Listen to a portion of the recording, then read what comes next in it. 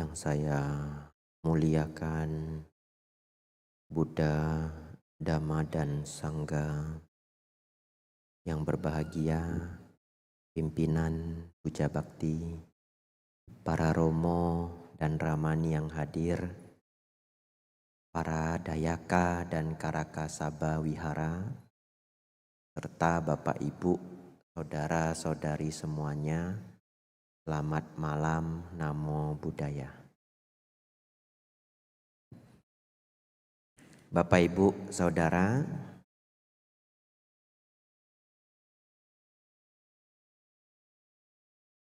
kemarin saya cerita Biksu Xianchang, masih ingat? Beliau dengan pasukan-pasukan kerajaan harus menempuh perjalanan sangat sulit untuk bisa mendapatkan kitab suci. Sampai-sampai harus melewati longsor gunung es. Hari ini Bapak Ibu, bukan longsor gunung es, cuma hujan lebat sudah hilang 40% ya. Kalau ibu-ibu masih hebat ya, yang hilang cuma 10% ya, mungkin ikut online. Tapi bapak-bapak ini hilang 40% ya. Waduh, cuma air Bapak Ibu ya. Tapi ya enggak apa-apa ya. Barangkali banyak hal harus dipikirkan. Bapak Ibu, pelajaran hari ini penting. Bapak Ibu tidak lagi pegang kertas seperti kemarin. Sebelum kita mulai, kita menarik sedikit. Tadi saya masuk, keluar dari lift, ternyata ada jual baju ya. Saya juga baru tahu, ini saya tidak di endorse Mas Sampati ya. Tapi gara-gara saya melihat baju itu, saya teringat satu cerita lucu sekali. Sebenarnya tidak ada dalam rencana ceramah saya hari ini, tidak ada cerita ini. Tapi saya pikir kalau nggak diceritain ya sayang ya.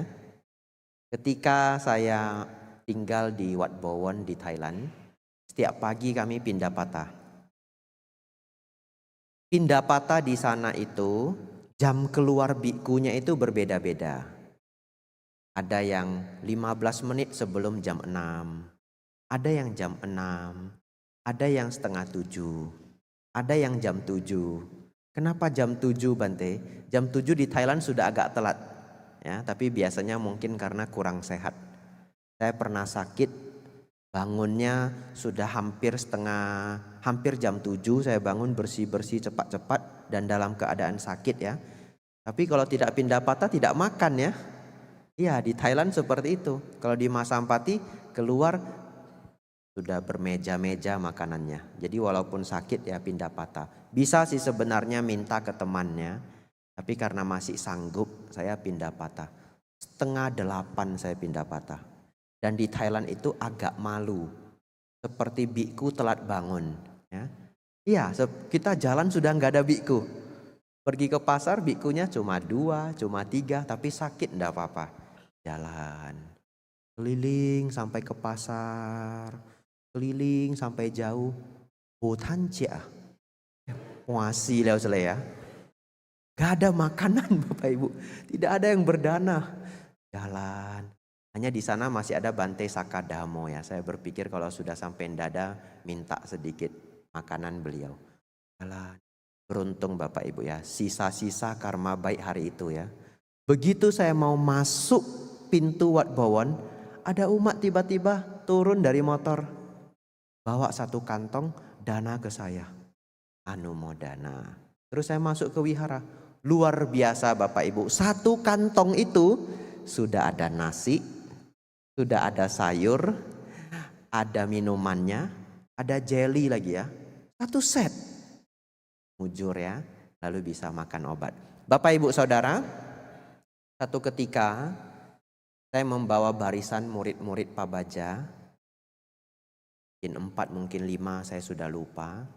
Lalu waktu itu saya pabaja, saya dapat barang yang belum pernah saya dapatkan. Ya. Saya dapat baju short ya, short itu celana pendek sama singlet. Iya, masukin ke bowl ya. Jadi pindah patah itu ndak boleh ngomong sebenarnya Bapak Ibu ya. Ini sebenarnya. Supaya Bapak Ibu nanti pindah patah ketemu biku, bikunya diem, itu bukan sombong. Selamat pagi Bante. Pagi Bante. Itu bukan sombong ya. Sebenarnya pindah patah tidak boleh. Baiknya tidak ngomong. Baca parita pun tidak apa-apa. Tapi di Indonesia ndak bisa. Selamat pagi Bante. Bante selamat pagi. Tidak dijawab. Sombong kepuasi Bante. Sombong sekali Bantenya ya. Terpaksa Bapak Ibu selamat pagi Bante. Selamat pagi. Begitu ya. Tapi supaya Bapak Ibu tahu, jadi nanti ketemu Bante pindah patah diem, tidak terkejut. Jadi selama saya pindah patah dapat baju itu, saya diem aja. Tidak bisa nanya. Jalan sampai masuk wihara. Begitu masuk wihara cepat saya tanya murid saya, murid Pabaja. Tanครับทำไมเขาให้เป็นเสื้อเชิ้ตนะครับ? Ada yang paham? Berarti kalau saya ngomongnya asal Bapak Ibu juga enggak tahu ya. Pasrah saja ya. Saya tanya dia, Tan itu tuan. Jadi sesama biku saling memanggil dengan kata tuan. Ya, Tan. Jadi Tan, kenapa ya mereka dana baju gitu? Dalam hati guyon sedikit, ini suruh saya lepas jubah ya. Ya, disuruh dikasih baju. Rupanya beberapa orang di Thailand punya tradisi. Ya, kalau mereka mengingat leluhur mereka, kadang-kadang mungkin mendapatkan mimpi buruk ya. Ada leluhur yang sudah meninggal memberitahu bahwa di sana dia kekurangan, pakaian pun tidak ada. Mereka besok atau setelah ada waktu mereka akan dana pakaian titip ke biku ya. Jadi biku itu kayak JNE untuk alam selanjutnya. Apa hubungannya ya kasih biku baju kita ndak bisa pakai ya.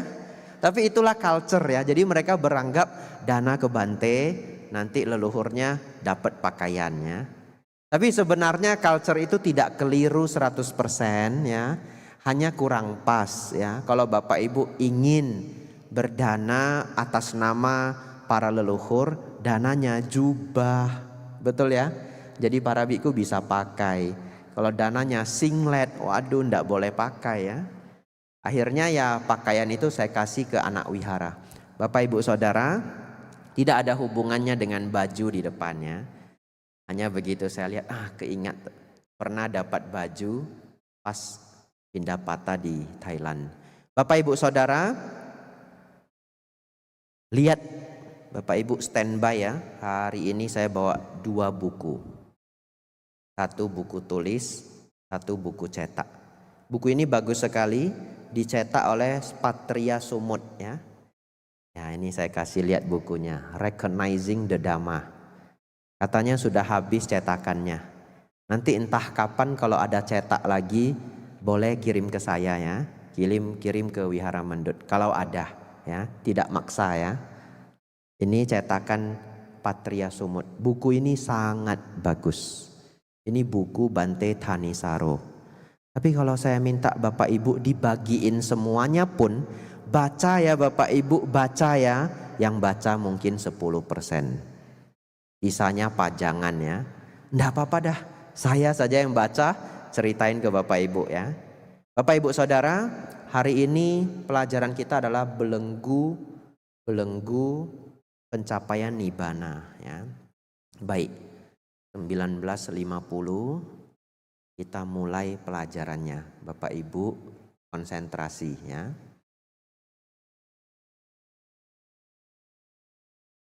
Bapak Ibu Saudara,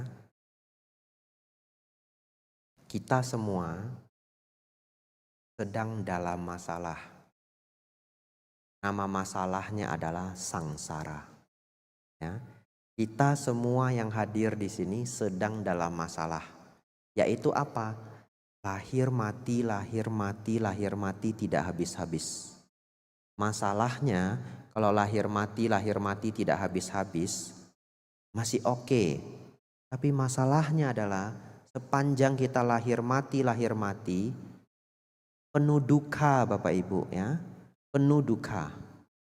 Nah, silahkan yang baru datang ya, yang lain berkonsentrasi. Nah, Sang Buddha mengatakan kalau seluruh kelahiran kita air matanya ditampung lebih banyak daripada air di samudra. Jadi begitu banyaknya duka kita. Bapak Ibu renungkan sendiri selama hidup yang ini saja. Sudah banyak air matanya? Lumayan ya. Bapak Ibu Saudara, kita lahir mati di 31 alam kehidupan ini ya. Bapak Ibu Saudara, mengajak Bapak Ibu untuk belajar Dharma seperti di zaman Sang Buddha. Yaitu apa? Apa yang dipelajari itu dihafal ya. Jadi hari ini Bapak Ibu akan banyak menghafal. Pertama, saya akan cerita 31 alam kehidupan dengan cukup singkat. Dan Bapak Ibu harus hafal. Bapak Ibu Saudara, 31 alam ini dimulai dari 4 alam menderita. Bapak Ibu tidak boleh datang ke sini ya. Singgah pun jangan ya. Alam paling rendah Bapak Ibu, alam neraka. Bahasa Palinya adalah niraya. Di alam ini seseorang menjalankan kehidupan yang sangat menderita penuh siksaan. Tapi kenapa seseorang bisa lahir di alam neraka? Karena sangat kejam. Punya sifat kejam ya. Seperti apa punya sifat kejam? Misalkan mereka yang membunuh seperti bermain ya. Bagi mereka membunuh seperti bermain. Apakah para psikopat ya, dan yang lainnya, pembunuh berantai. Yang mana kalau tertangkap mereka ya memang membunuh seperti bermain. Dan mereka yang melanggar pelanggaran berat ya, membunuh ayah, membunuh ibu, memecah belah sangga dan kejahatan-kejahatan lainnya, mereka akan jatuh ke alam neraka. Satu alam di atasnya Bapak Ibu, alam binatang. Di alam binatang ini juga penuh penderitaan. Kenapa? Yang besar makan yang kecil ya. Yang besar makan yang kecil. Bapak Ibu Saudara, di alam binatang itu penuh dengan ketakutan. Saking takutnya Bapak Ibu lihat, hewan-hewan itu penuh siaga. Kenapa? Silap sedikit kemakan. Jadi kalau Bapak Ibu lihat burung, matanya satu sini, matanya satu sini. Supaya apa? Supaya tidak dimakan. Bapak Ibu dekati sedikit, dia sudah lari ya.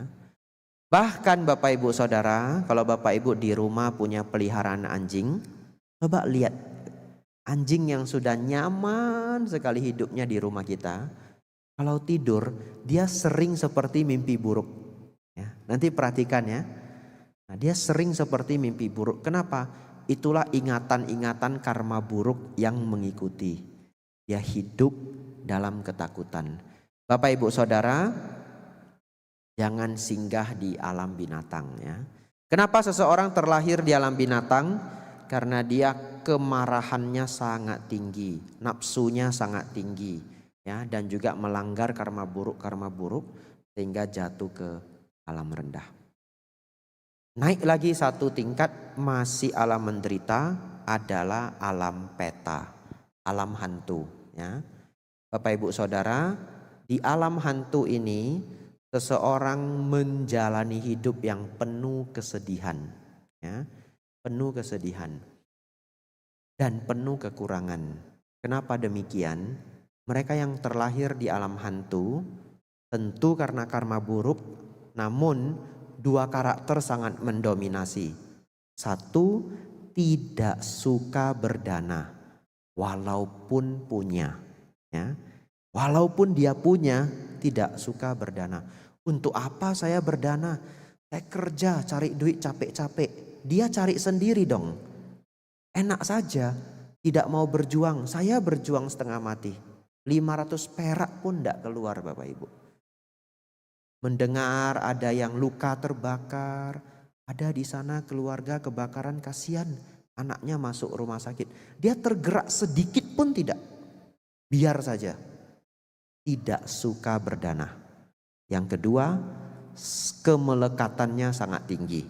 Ya, karena dua kondisi ini sering juga dengan karma buruk lainnya makhluk terlahir di alam peta. Makanya Bapak Ibu Saudara, kadang ada makhluk peta saking melekat dengan rumahnya, apalagi itu rumah pertama, ya, terbeli rumah pertama sampai meninggal tinggal di sana. Kemelekatannya luar biasa tinggi. Lahir lagi jadi makhluk di sana. Betul? Jadi makhluk yang menjaga di rumah itu. Dan dia menganggap ya rumah itu milik dia selama-lamanya. Penuh kemelekatan. Lalu Bapak Ibu beli rumahnya. Hari pertama luka wajud gitu ya.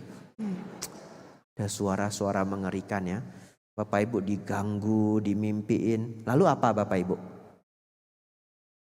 Ngundang saya. Kok saya jadi korban ya?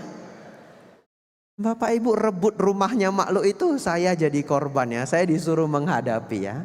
Ya bercanda ya Bapak Ibu ya. Kita datang membawa cinta kasih. Para biku datang tidak untuk nangkap makhluk taruh di botol ya. Enggak.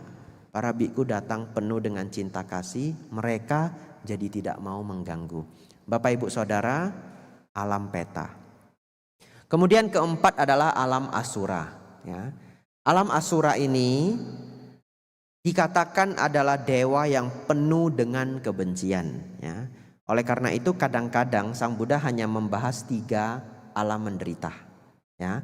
Namun di beberapa buku ditambahkan alam asura adalah alam menderita. Silahkan, yang penting kita memahami ya, bahwa para makhluk dewa pun apabila terperangkap penuh dengan kebencian, maka dia akan penuh dengan penderitaan. Bapak Ibu Saudara, 4 alam menderita. Kelima, alam manusia. Ya. Alam manusia, alam kita Bapak Ibu Saudara, mano artinya batin, usa artinya unggul. Manusia yang unggul batinnya. Ya, jadi manusia adalah makhluk yang unggul batinnya.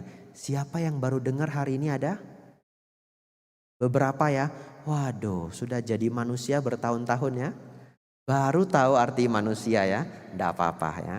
Mending tahu hari ini daripada tidak sama sekali ya. Bapak Ibu Saudara, manusia adalah makhluk yang unggul batinnya. Di alam ini Bapak Ibu ada ciri khas. Kalau mau dibilang alam ini penuh kebahagiaan sih enggak juga ya. Harus kerja Senin sampai Sabtu ya. Kalau enggak makan lapar ya. Kemudian tubuh ini tidak dibersihkan sebentar saja bau. Itulah alam manusia. Bukan alam dewa. Ya. Artinya perantara ya. Bapak Ibu Saudara, namun alam manusia ini ada satu kebaikan. Di sini kita melihat suka dan duka datang silih berganti. Suka dan duka datang silih berganti. Dengan suka dan duka datang silih berganti, kita lebih mudah melihat dhamma. Sang Buddha mengatakan, barang siapa melihat duka, dia melihat dhamma. Bapak Ibu Saudara, ini alam manusia. Kemudian 6 tingkat alam dewa, 20 tingkat alam Brahma. Totalnya berapa? 31. 4 menderita, 1 manusia. 6 alam dewa, 11. Tambah 20, 31. Apa bedanya Bapak Ibu? Alam dewa dengan alam Brahma? Bedanya adalah 6 tingkat alam dewa ini semuanya masih memiliki nafsu ragawi. Artinya 6 tingkat alam dewa ini ada suami dan istri. Ya. 20 tingkat alam Brahma tidak ada nafsu ragawi. Nanti Bapak Ibu sudah belajar pelajaran hari ini akan paham kenapa.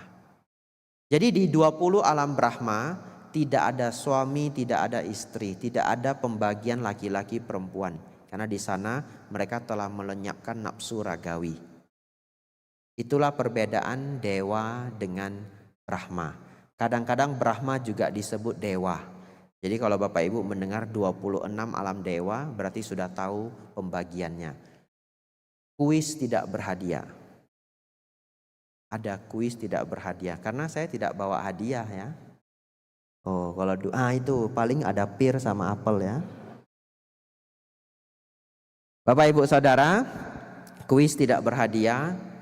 Ada berapa semua total alam nafsu? Alam yang masih memiliki nafsu ragawi.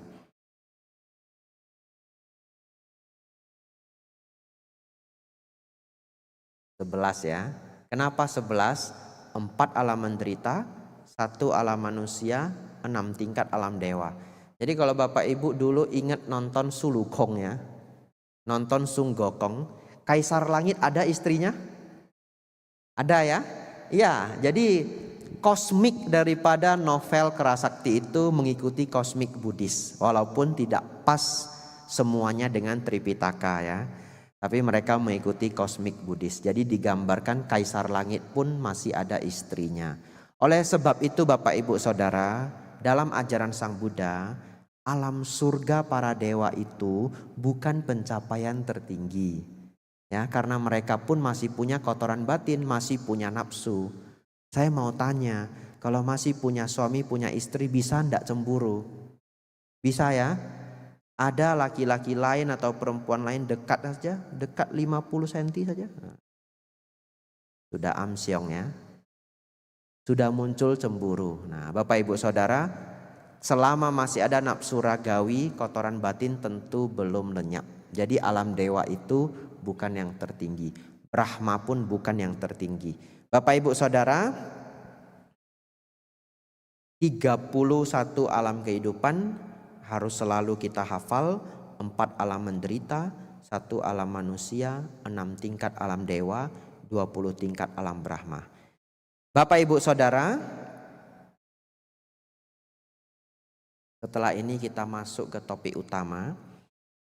Nah, kita lahir mati di antara alam-alam ini ya. Kadang terlahir di alam dewa, bisa jatuh lagi ke alam manusia, melakukan keburukan, jatuh lagi ke alam rendah, bisa naik, bisa turun lagi. Bapak Ibu bisa bahkan melihat hal seperti ini di kehidupan ini. Maksudnya bagaimana? Ada orang yang terlahir di keluarga kaya, kaya sekali. Umur 30 dia bangkrut.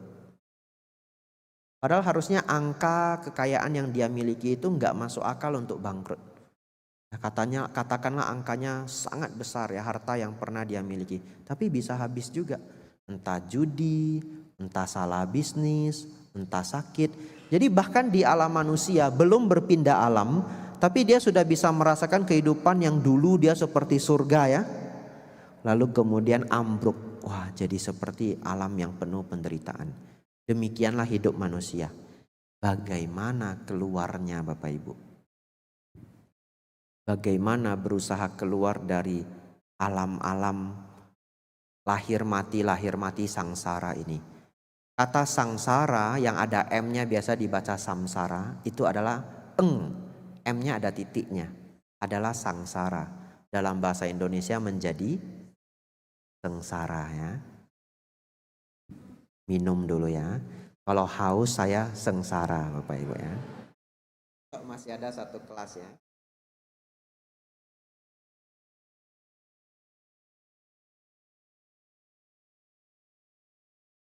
Bapak Ibu Saudara, setelah ini bagian yang sangat penting. Kita dicengkram oleh belenggu. Belenggu ini totalnya ada 10. Hari ini kita hanya belajar 6. 10-nya saya sebutkan, tapi akan saya bahas 6. Inilah 10 belenggu yang mencengkram kita.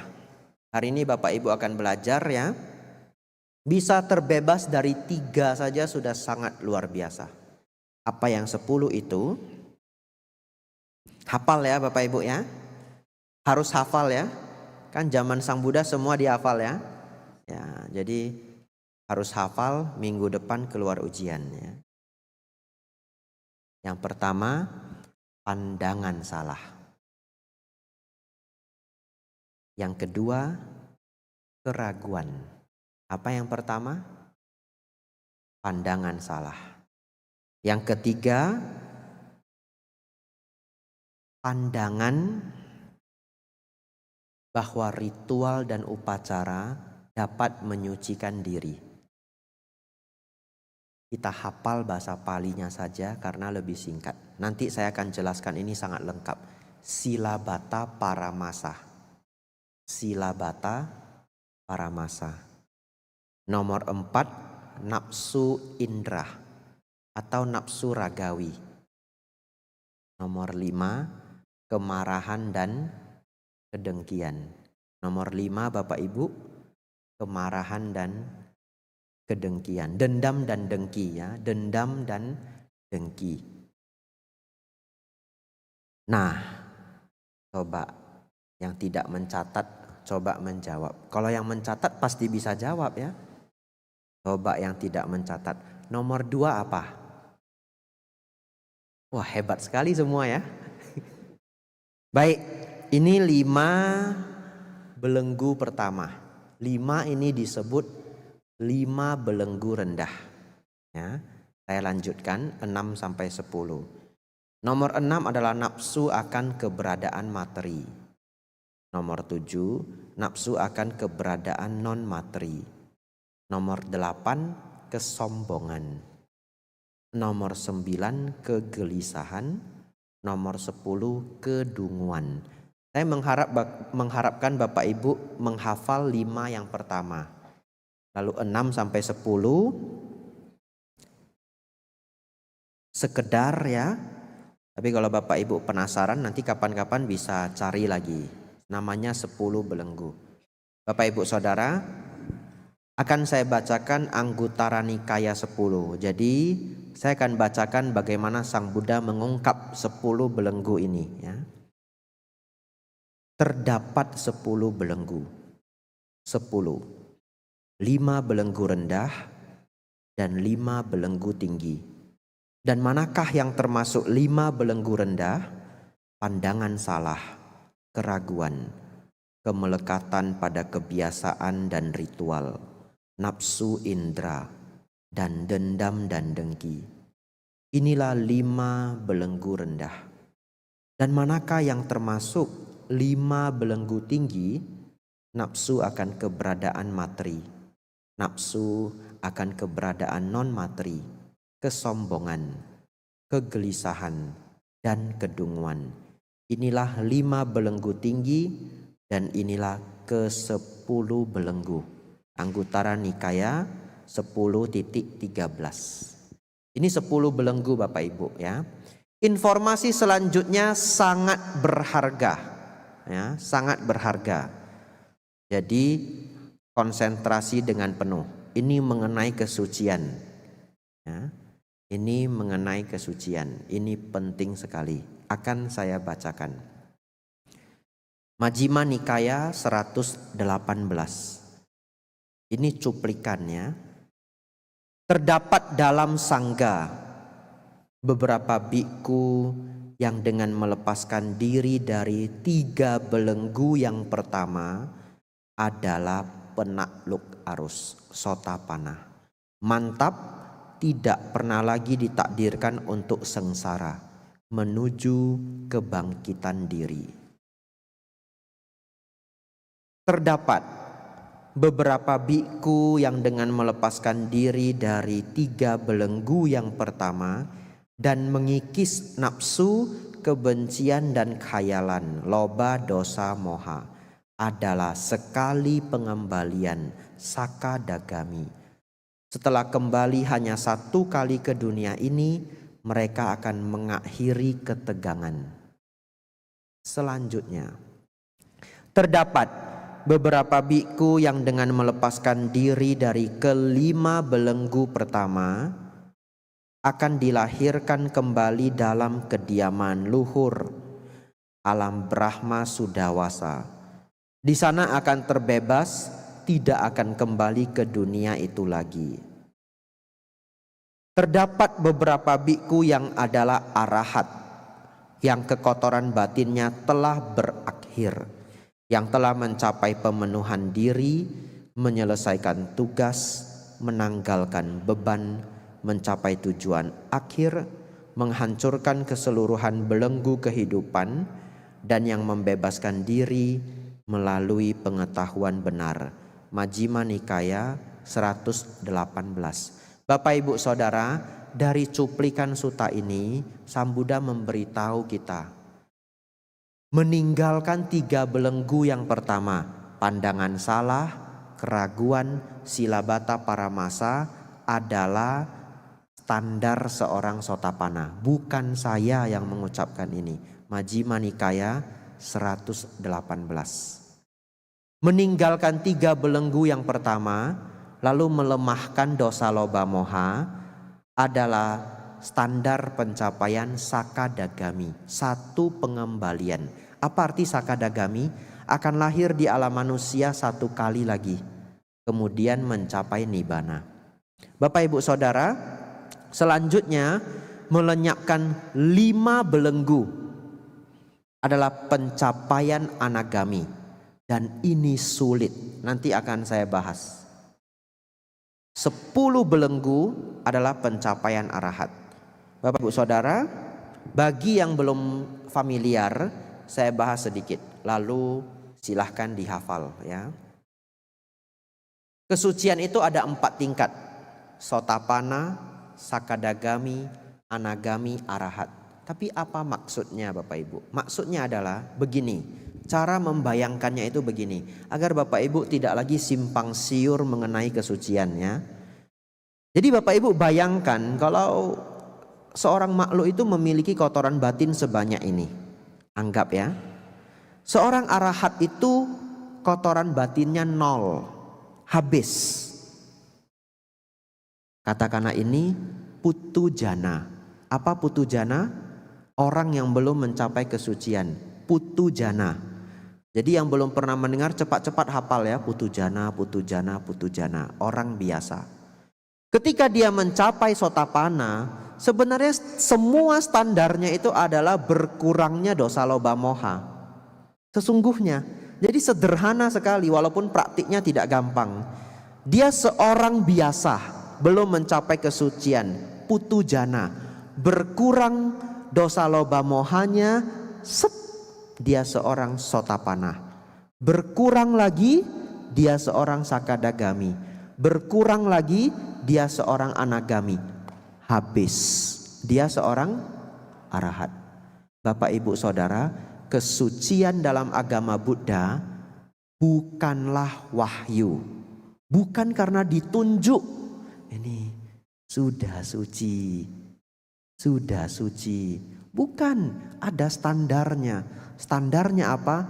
Dosa loba moha. Nanti akan kita bahas sangat detail. Bapak Ibu Saudara,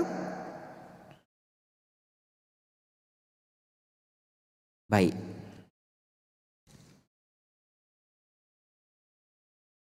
Sebelum saya melanjutkan, ada yang menarik ya. Apa belenggu nomor 4 Bapak Ibu? Nafsu indra ya. Nafsu indra itu sangat sulit dilenyapkan. Nomor 5, dendam dan dengki, atau boleh kita sebut kemarahannya. 6 dan 7, eksistensi. Lihat nomor 8 apa Bapak Ibu? Lucu ya. Tahu kenapa lucu? Seorang yang sudah anagami melenyapkan berapa belenggu? 5 ya. Sotapanna 3, Sakadagami 3, tambah melemahkan loba dosa moha ya. Anagami melenyapkan 5, tapi masih ada nomor 8. Lucu enggak? Masih ada apa Bapak Ibu? Sombongan. Jadi hari ini kita belajar dua hal Bapak Ibu. Yang pertama adalah ternyata melenyapkan kesombongan itu sulitnya minta ampun ya. Orang sudah nggak bisa marah. Dia melenyapkan belenggu kelima. Seorang anagami itu nggak bisa marah. Digergaji pun tangannya dia nggak bisa marah Bapak Ibu, karena marahnya lenyap. Kalau orang putu jana bisa nggak marah karena jualan bopien ya. Iya. Orang beli sedikit, tambah Ci, tambah, ambil lagi. Tambah lagi, 3 botol lagi, ambil lagi. Apalagi Bu, apalagi senyum ya. Jalan ke belakang, sikong cecepai B. B tampuk-tampuk, cai lang cuan, betul? Bukan ndak marah, artinya apa tadi? Bukannya beli sekaligus, beli pun sedikit-sedikit, ndak tahu kalau kita lelah. Artinya apa? Bukan nggak marah, tapi nahan marah, betul ya? Masih senyum ya. Apalagi Bu, begitu ya? Tapi itu bukan marah, itu putu jana, orang biasa. Anagami memang tidak ada kemarahan. Dicari dalam batinnya pun tidak ada kemarahan. Tapi masih ada ego. Kalau dipuji masih senang. Kita dapat 2 informasi Bapak Ibu. Yang pertama, kalau Bapak Ibu bertemu orang baik sekali, semuanya baik, membantu di organisasi, menjadi relawan dan sebagainya, tapi masih agak-agak sombong, maklumi saja ya. Karena kesombongan itu tingkat sulit, nomor 8, maklumi. Tapi harus saya lanjut pelajaran nomor 2. Jangan gara-gara saya bilang maklumi, mulai besok Bapak Ibu boleh sombong. Bante kong kangko ya, sombong tampuk biaukin lah gitu ya. Jangan ya, jangan. Tetap kita harus tahu kita tidak boleh sombong. Berusaha menekan ego ya. Kalau dipuji senang ya senang sedikit ya. Ya kalau dicela sedih, kecewa, kalau dicela ya jangan terlalu kecewa ya. Dipuji jangan terbang, dicela jangan terluka ya. Dipuji jangan terbang, dicela jangan terluka. Latihan. Walaupun pasti dipuji ya senang ya. Dicela ya pasti terluka. Hanya kita berusaha jangan terlalu tinggi intensitasnya. Tapi kalau benar-benar mau tidak sombong, ya lenyapkan nomor 8 ya. Tidak ada ego ya. Mulai hari ini, nah itu 2018 lagi. Waduh. Pas saya tunjuk tadi 20, 18, 28 lagi ya. 8-nya keluar 2 kali ya. Bapak Ibu Saudara, gara-gara saya ceramah begini, besok-besok Bapak Ibu ketemu orang sombong, Bapak Ibu bilangnya, pekho ya. Nomor 8 ya. Kenapa? Lu kok pergi? Tadi lu di sana. Ada dia itu. Kenapa dia? Nomor 8 gitu ya. Aduh entah karma buruk entah itu ya. Lalu nomor 8 ini sudah saya ajarkan ke 3 provinsi ya. Lama-lama jadi kode nasional ya. Bapak Ibu Saudara, baik.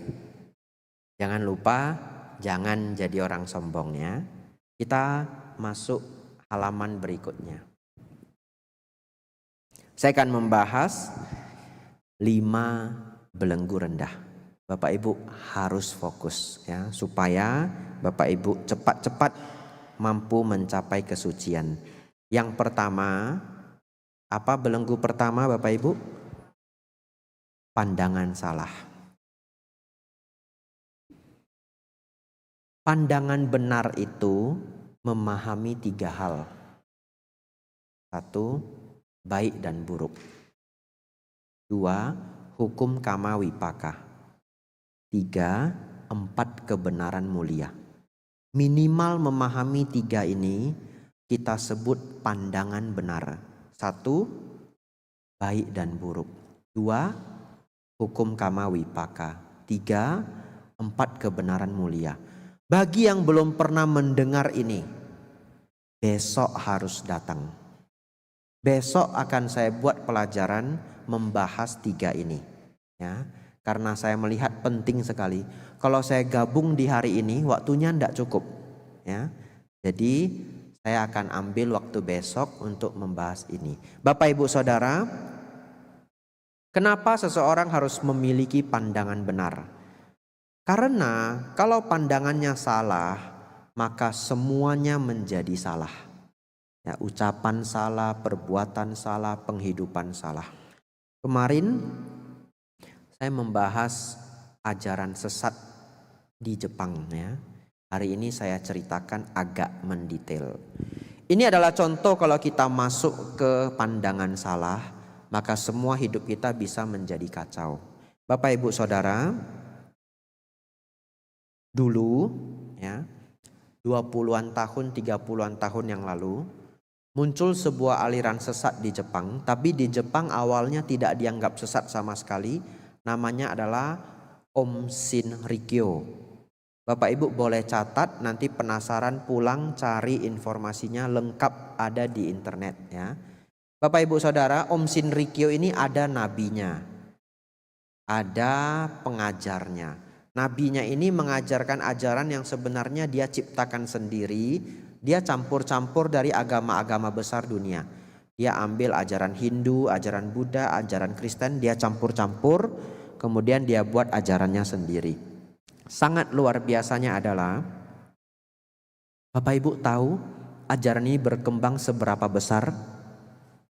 Ajaran ini berkembang sampai ada 40.000 umat. Bapak Ibu mau tahu 40.000 umat seberapa banyak? 2, 4, 6, 8. 2, 4, 6, 7. 8 kali 7, 5, 6. Ini satu ini grup ini yang masih absen 30%, 50 orang. Ibu-ibu kali 2, 100. Sebanyak ini cuma 150. Bisa bayangkan 40.000? Itu banyak sekali. Dan ajaran dia menyebar sampai Rusia.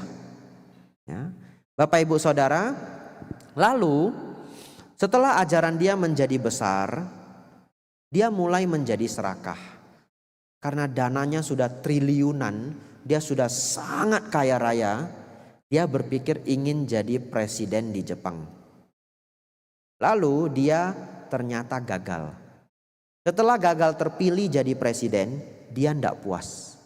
Maka dia mulai membuat ajaran bahwa negara tidak akan damai sampai terjadi perang. Jadi perang itu adalah syarat agar kita bisa menjadi damai.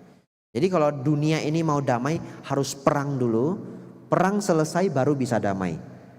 Jadi dia membuat ramalan perang dunia ketiga.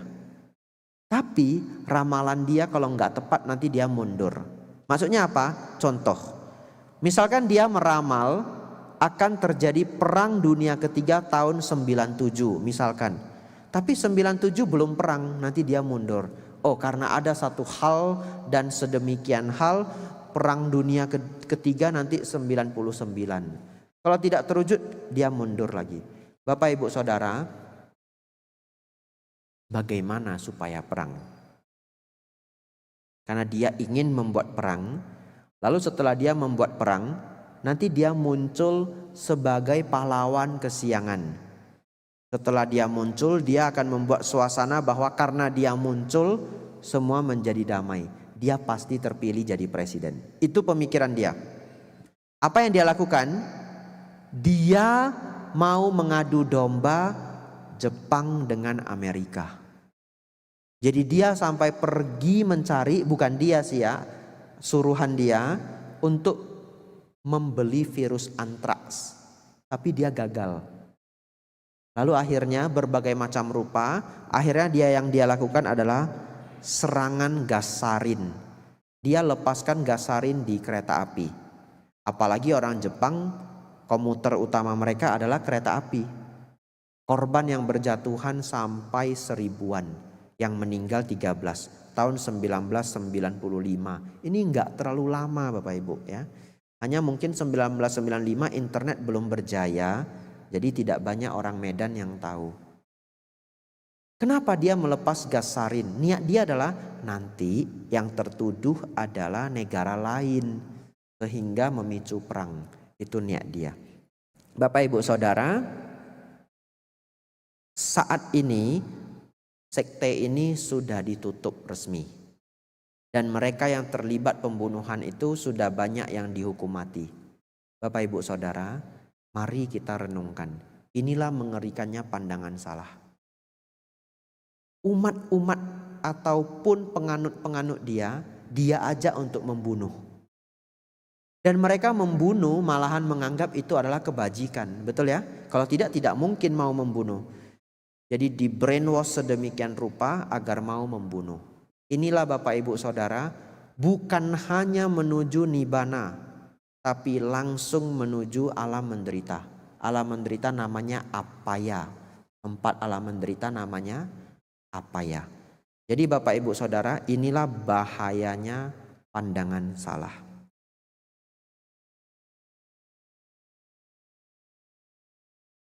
Belenggu kedua. Apa belenggu kedua Bapak Ibu? Keraguannya. Belenggu kedua ini tidak saya bahas panjangnya. Belenggu keraguan ini Bapak Ibu kita lenyapkan dengan memiliki sada pada Buddha, Dhamma dan Sangha. Namun poin paling penting daripada keyakinan adalah meyakini Sang Buddha mencapai pencerahan. Sang Buddha mencapai tingkat arahat ya. Jadi keyakinan kita itu kita munculkan pada awalnya adalah meyakini Sang Buddha mencapai tingkat kesempurnaan.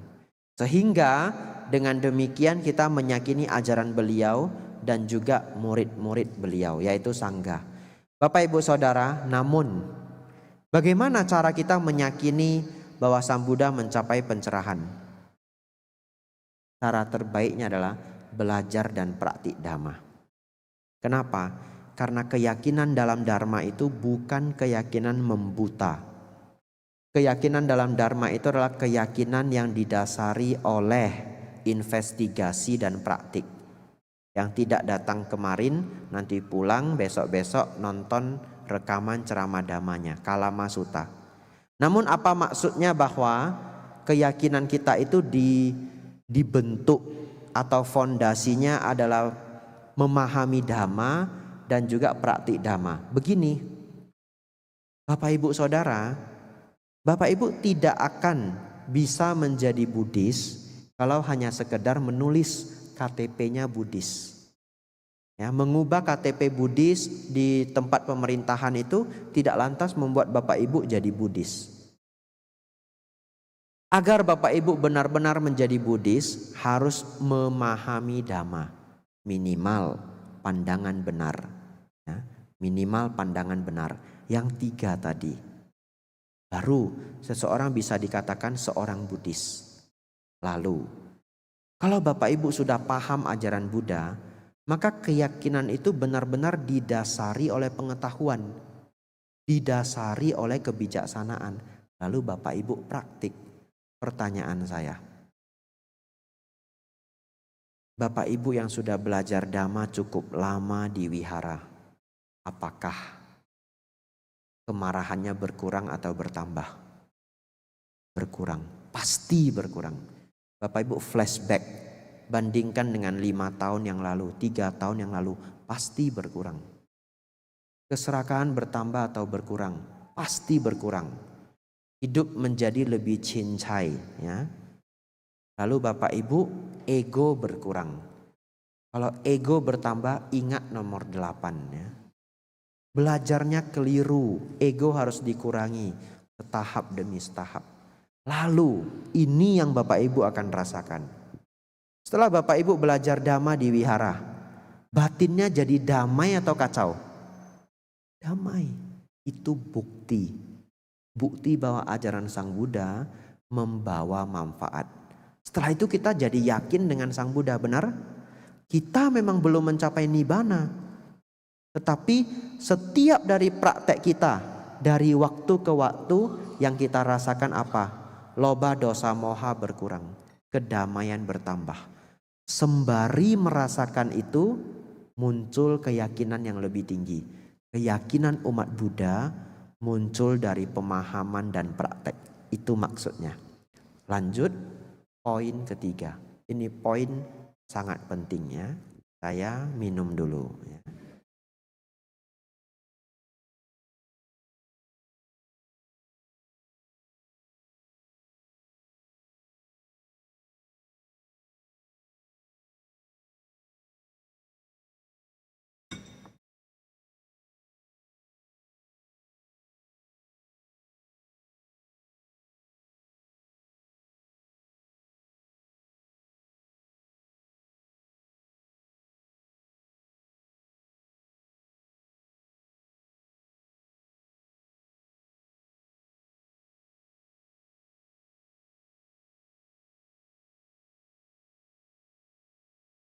Bapak Ibu Saudara, tanpa Bapak Ibu sadari, Bapak Ibu sudah belajar 50 menit. Itu adalah ambang batas konsentrasi pada umumnya. Ya. Jadi kita rehat 1-2 menit. Ya. Lalu kita lanjut belenggu ketiga.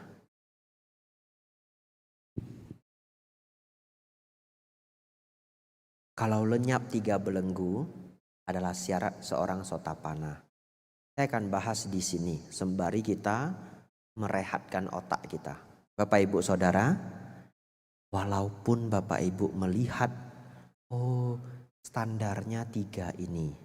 Tapi saya menyarankan tidak perlu dipikirkan kapan atau sudahkah kita sotapana atau sakadagami. Saya menyarankan tidak perlu dipikir-pikirkan. Kenapa? Yang penting Bapak Ibu setiap hari mengecek loba dosa moha saya berkurang atau bertambah. Ya, itu yang paling penting. Yang paling gampang dilihat apa? Kemarahan. Yang paling gampang dilihat adalah kemarahan. Yang penting Bapak Ibu cek dulu.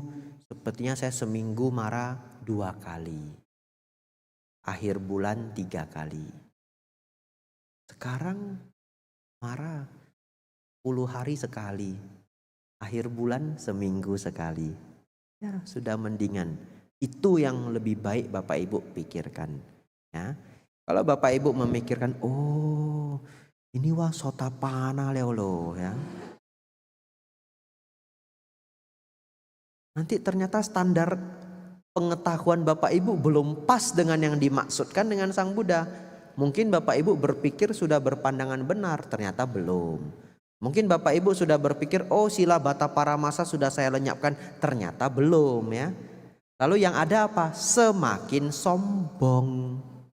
Mending tidak perlu dipikirkan. Terus belajar Dharma. Standar itu hanya kriteria nama.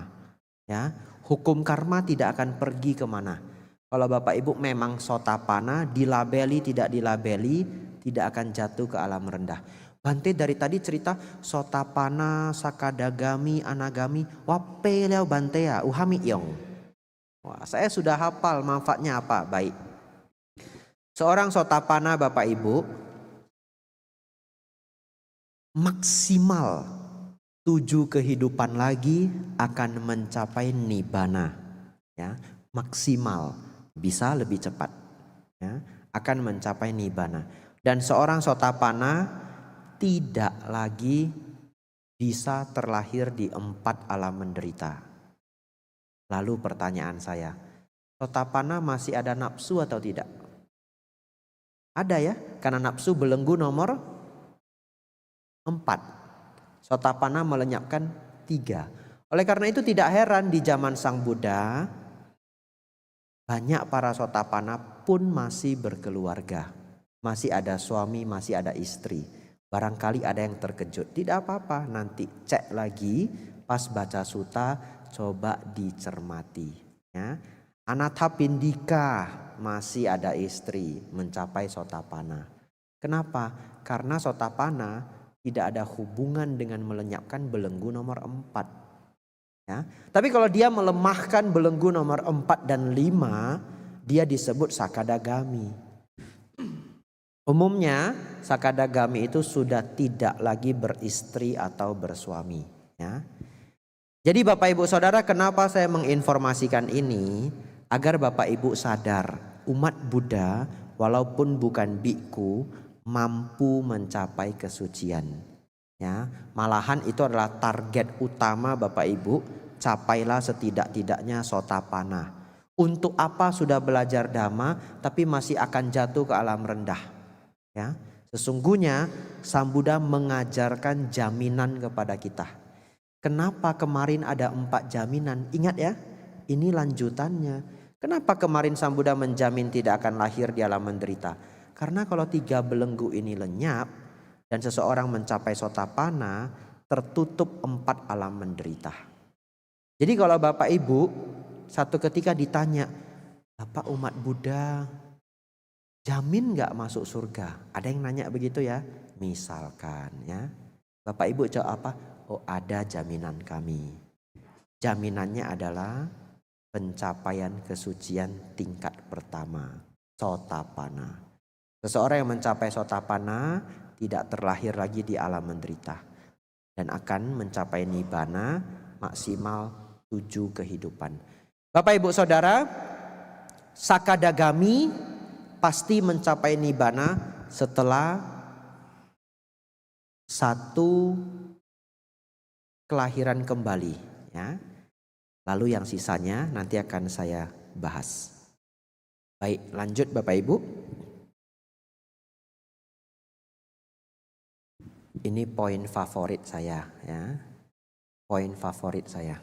Bapak Ibu Saudara, Sila Bata Paramasa ini artinya kemelekatan pada ritual dan upacara, atau pandangan salah bahwa ritual dan upacara dapat menyucikan diri. Maksudnya apa? Begini Bapak Ibu. Tadi kita sudah tahu bahwa menyucikan diri itu artinya mengurangi dosa loba moha, betul? Ya. Dalam dharma, dalam ajaran Sang Buddha, kesucian itu bukan wahyu. Kalau Bapak Ibu ditunjuk, oh ibu orang suci dari tanggal lahir, wah ini ibu kelahiran dewa dan bagaimana.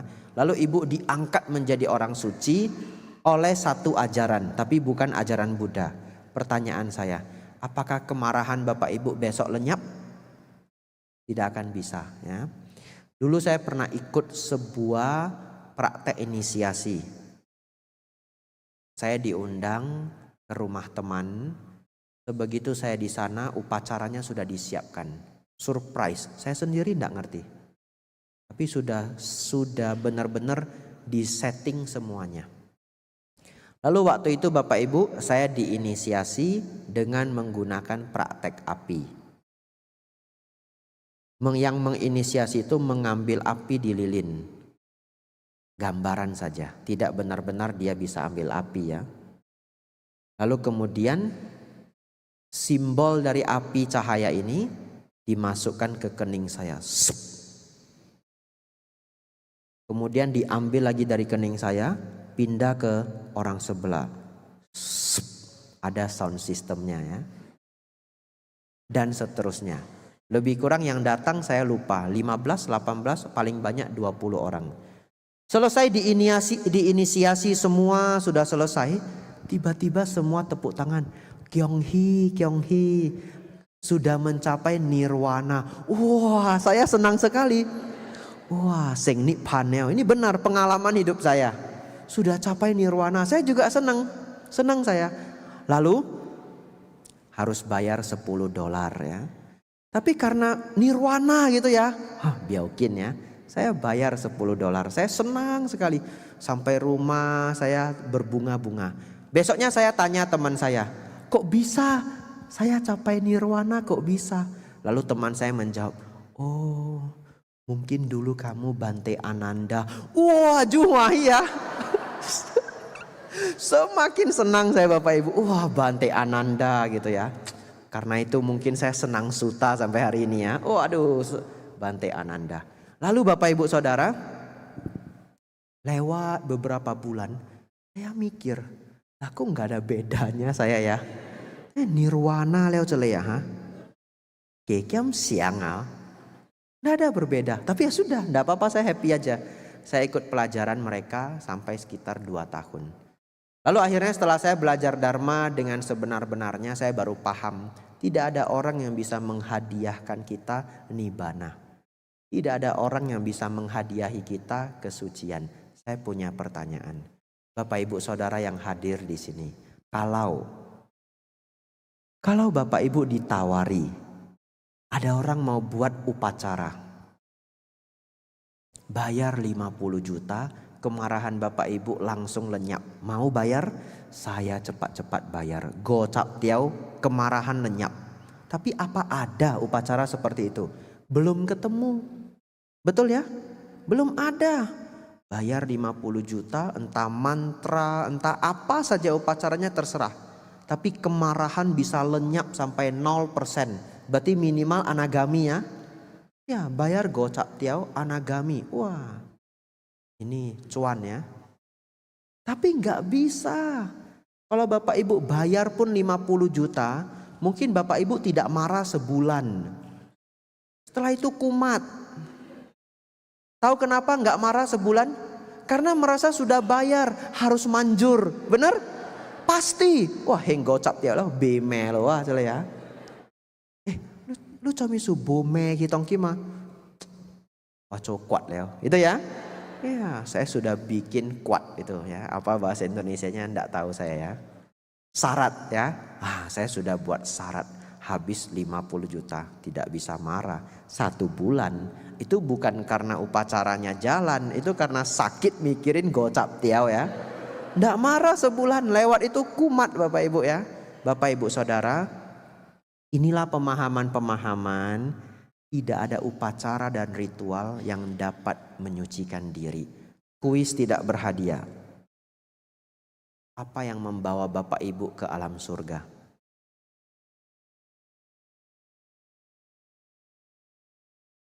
Kebajikan betul, sila betul. Tapi sebenarnya jawabannya sama. Tingkat dosa loba moha. Betul? Semakin rendah alamnya, dosa loba mohanya semakin tinggi.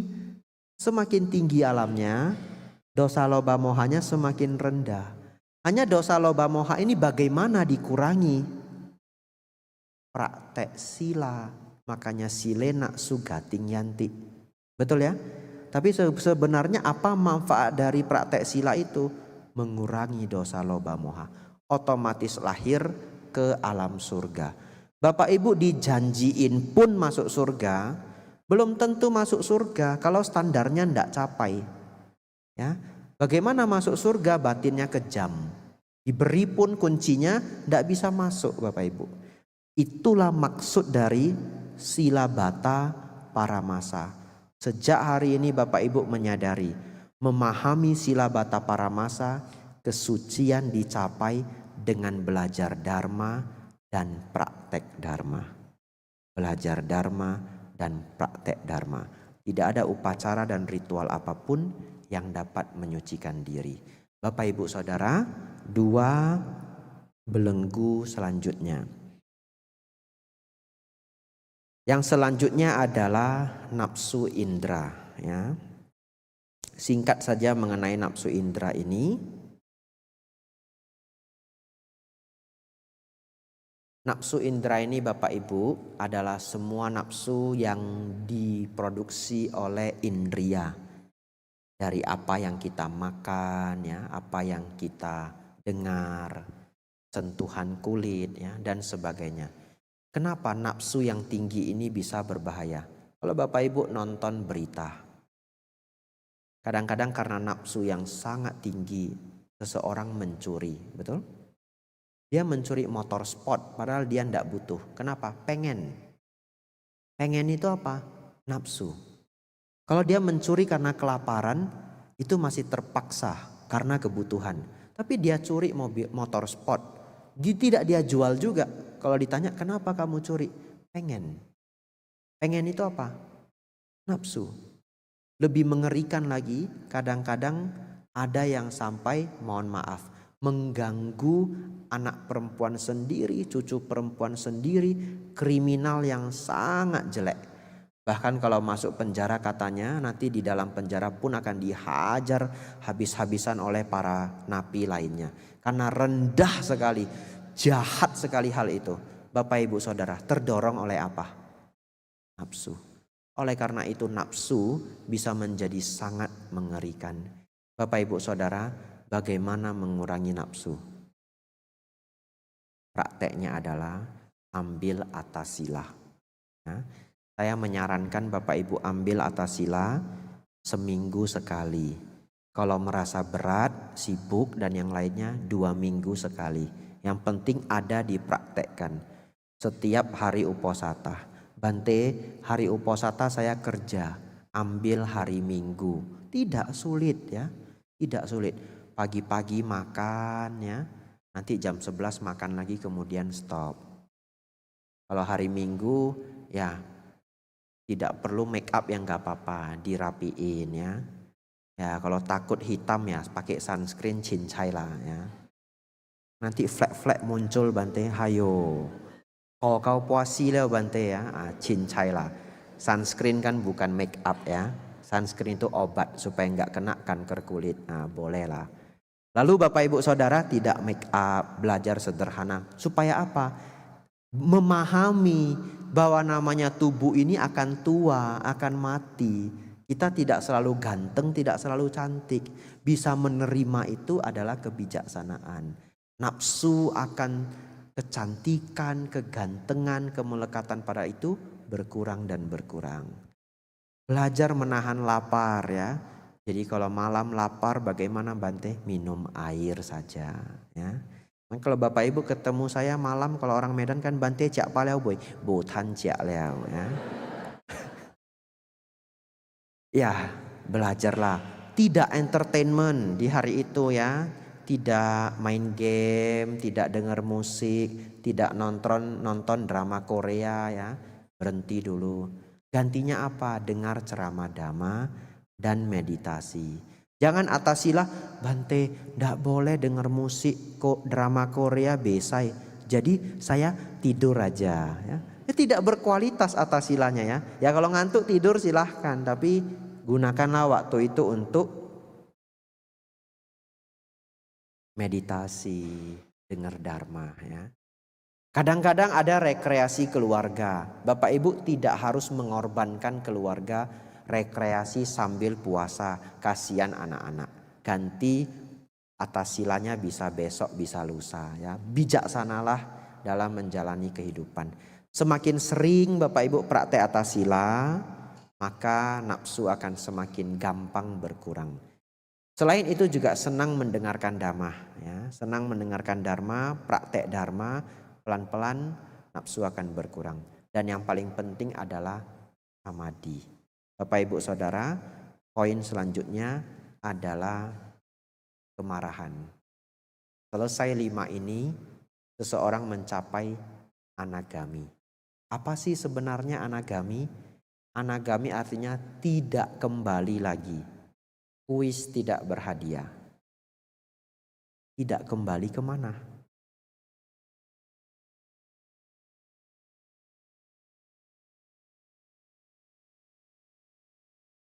Mencaya.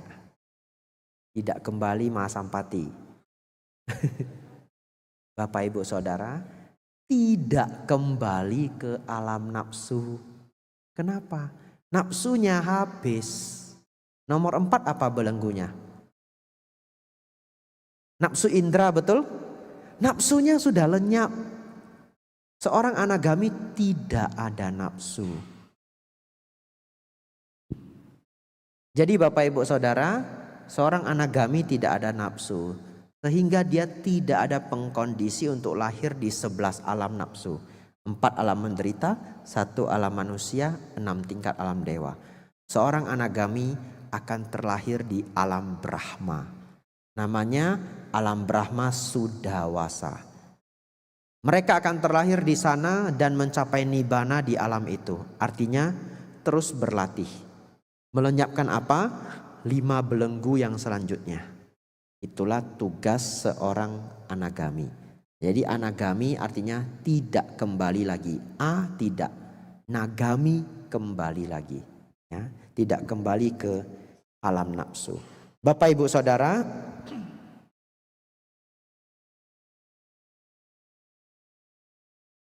Satu pelajaran terakhir mengenai kemarahan, namun ini saya pikir sangat bermanfaat. Ya. Saya tidak banyak membahas kemarahan karena topik yang sudah sangat sering kita bahas. Semua juga tahu apa itu kemarahan. Namun nanti akan saya tutup ceramah dhamma saya dengan membacakan syair yang sudah mirip seperti puisi di halaman 30 buku ini. Indah sekali, namun itu akan menjadi penutup. Sebelum itu, kita belajar satu hal yang bisa memunculkan dendam dan dengki. Ya. Karena tadi di buku ini diterjemahkan sebagai dendam dan dengki. Artinya itu adalah penerjemahan yang paling pas. Ada satu hal yang bisa menjadikan kita satu jenis kotoran batin yang jarang dibahas, tapi menjadi pemicu dendam dan dengki. Namanya adalah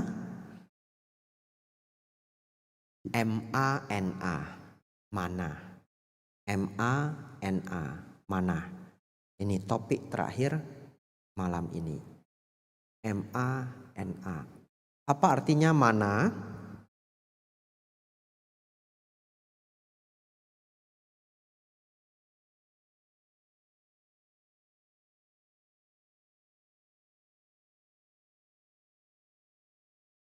Mana Bapak Ibu artinya pembanding. Ada 3 pembanding. Kalau ini muncul di batin kita, bisa menyebabkan potensi penderitaan. Memang tidak langsung menderita pada saat itu, tapi bisa menjadi potensi penderitaan. Apa 3 ini? 1, merasa saya lebih tinggi dari dia. 2, saya setara dengan dia. 3, saya lebih rendah dari dia. Ketika kita berpikir saya lebih tinggi dari dia, saya setara dengan dia, saya lebih rendah dari dia, inilah mana pembanding, akan muncul potensi penderitaan. Contoh, bayangkan Bapak Ibu, ada seorang supervisor di sebuah perusahaan. Lalu dia punya 2 teman yang juga pangkatnya sama-sama supervisor. Jadi satu kantor itu supervisornya 3. Lalu dia selalu berpikir kalau saya setara dengan mereka 2. Itu pikirannya, betul? Pikirannya ya, kantor tidak pernah membuat grade. Dia yang mikir sendiri. Saya setara dengan 2 teman saya. Satu ketika Bapak Ibu Saudara, bos mau merekrut 5 supervisor terbaik se-Indonesia untuk dipindahkan ke Balikpapan. Satu Indonesia ada 20 supervisor, mereka berkompetisi. Kenapa ke Balikpapan? Untuk persiapan ibu kota negara, mau pindah kantor ya. Dicarilah 5 supervisor terbaik se-Indonesia.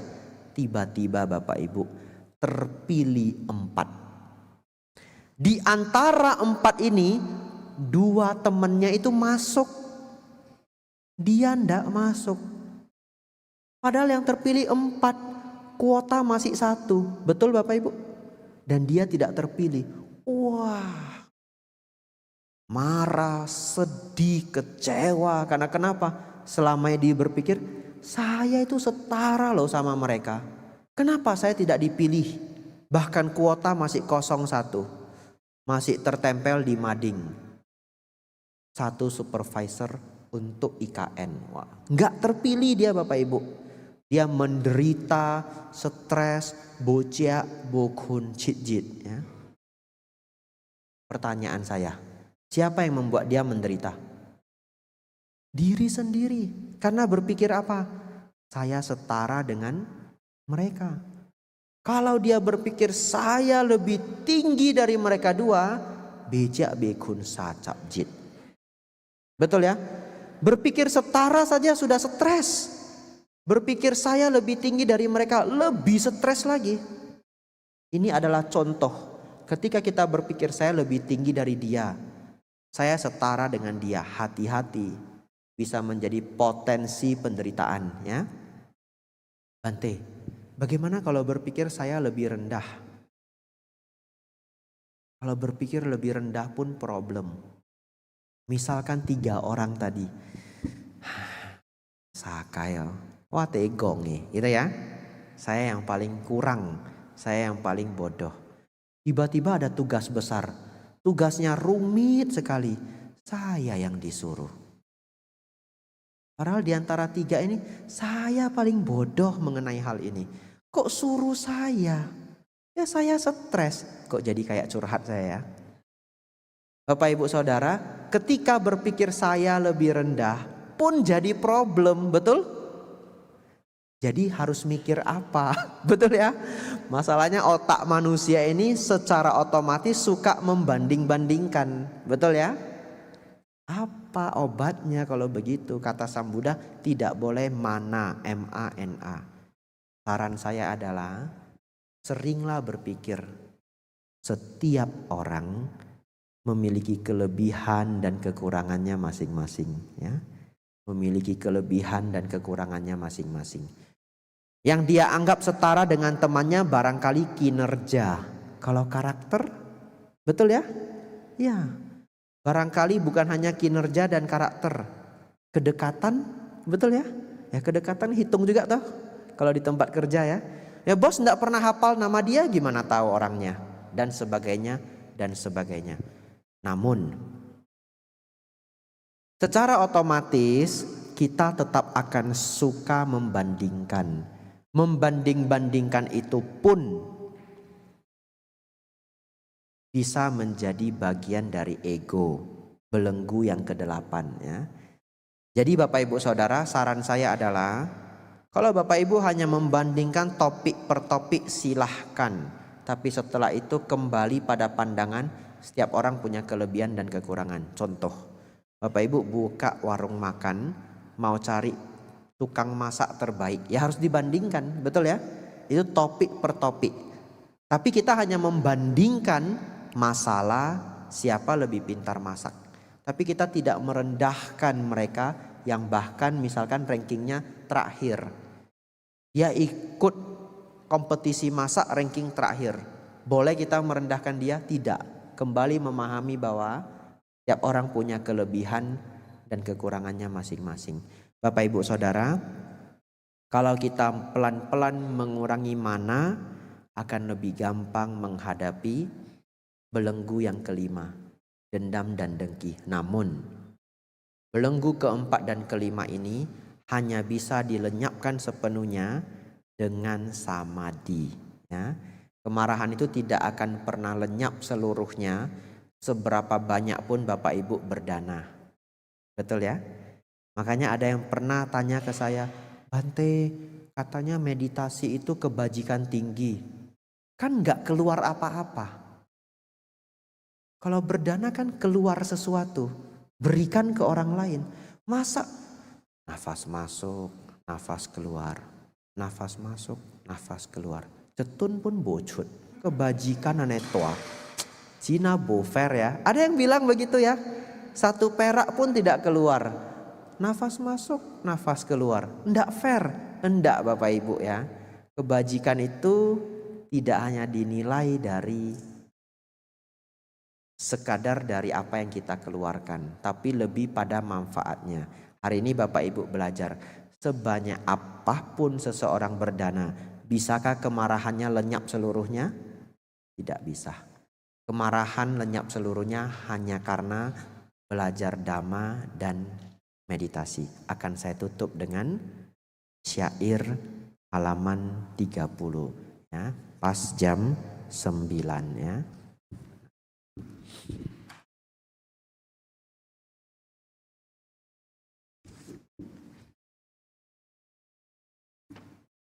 Indah sekali syair ini Bapak Ibu, Anggutara Nikaya 7.60. Saya senang sekali dengan syair ini.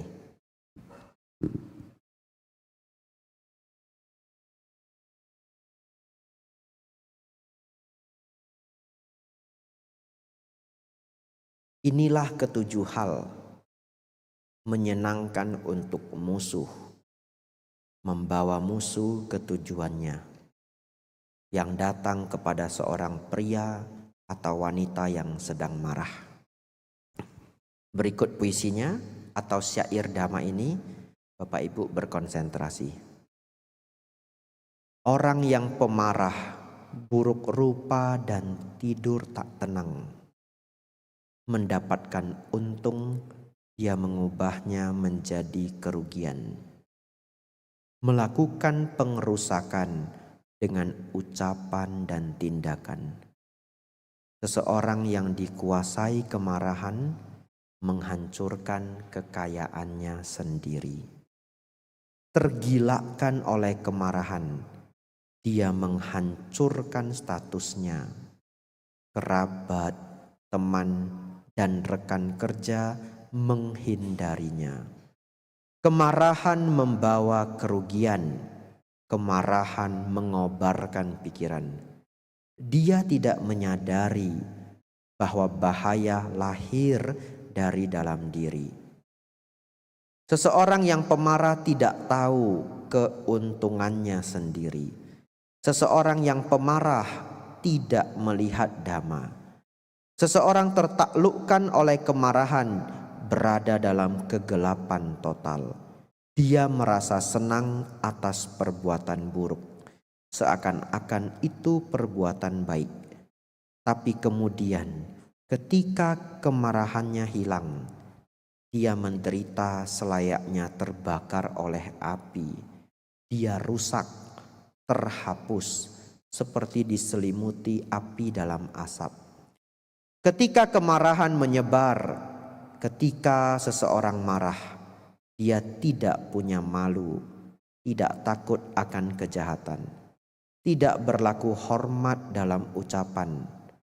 Bagi seseorang yang dikuasai kemarahan, tidak ada pengertian.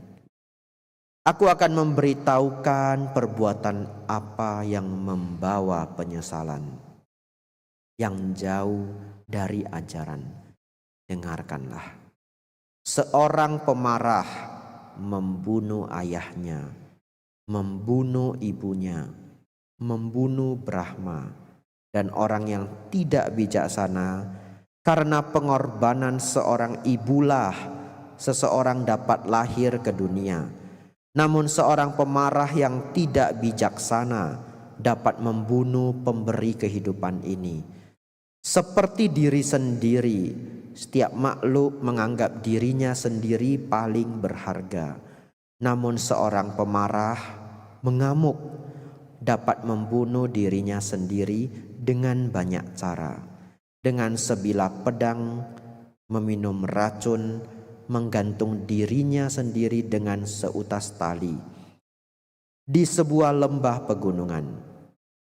Melakukan perbuatan-perbuatan ini yang membunuh dan menganiaya dirinya sendiri, seorang pemarah tidak menyadari bahwa dirinya hancur.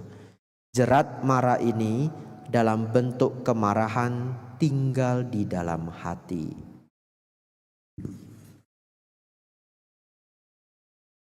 Hentikanlah dengan pengendalian diri, kearifan, ketekunan, pandangan benar.